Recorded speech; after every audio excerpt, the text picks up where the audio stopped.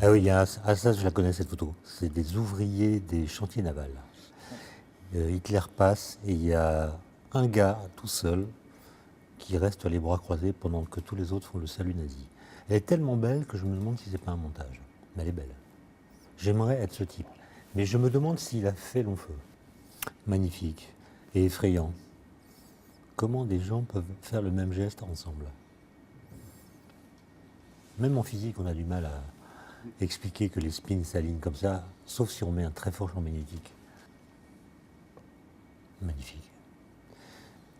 Magnifique. Visiblement, elle fait de l'effet sur la jambe masculine. Incroyable.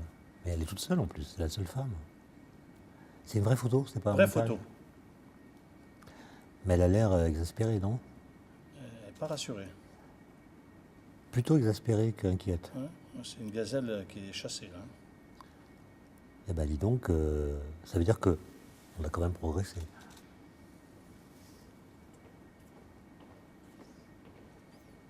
Ils sont quand même spéciaux les Italiens, non? Hein? Ils sont spéciaux les Italiens.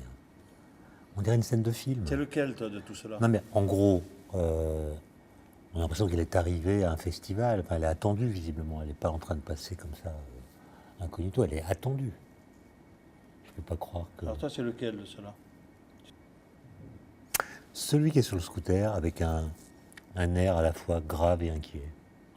Ah, c'est la femme. Hein. Parce que la beauté, ça a un côté quand même saisissant. Hein. Ça peut être terrible. Ça peut produire des effets terribles. Oh. Mais on ne va pas commenter. Ah, elle est absolument magnifique. C'est ma préférée de Hawking. Il se trouve que je l'ai rencontrée une fois à Ajaccio, en 2008, aux rencontres Sciences et Humanisme. Et il était complètement recroquevillé sur son fauteuil roulant. Même, enfin, il semblait inconscient. Et c'est en parlant avec lui, par l'intermédiaire d'une machine assez compliquée, qu'on arrivait à transpercer l'impression que donnait le handicap. Et là, il est en train de tester le principe d'équivalence dans un vol parabolique. Donc il est en chute libre dans un avion, donc la gravité est compensée par l'accélération, de sorte qu'il est en lévitation dans l'appareil. Et on a l'impression... D'abord, il sourit. Et puis, on sent que son corps, qui est normalement complètement écrasé par son poids, là, il est gracieux, flottant. On pourrait dire léger, mais en fait, il n'a pas de masse effective, hein, puisqu'il est débarrassé de la pesanteur. Et pour quelqu'un qui a passé sa vie sur la gravitation, c'est joli. Alors, je ne sais pas ce qu'il va raconter, mais le sujet de la défense en procès m'interpelle. Je pense qu'il y a beaucoup trop d'attaques de beaucoup trop de gens, beaucoup trop lâches, qui passent par les médias, il n'y a plus de jugement, et la présomption d'innocence, et même le droit fondamental de pouvoir être défendu, semble être balayé par la vitesse à laquelle on peut accuser quelqu'un. Donc, je ne sais pas ce qu'il va proposer comme méthode pour que les gens aient le droit de se défendre. Tout est-il relatif? Évidemment non, parce que si tout était relatif, il serait relatif que tout est relatif.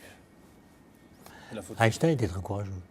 Einstein a été attaqué comme peu de personnes ont été au cours de sa vie.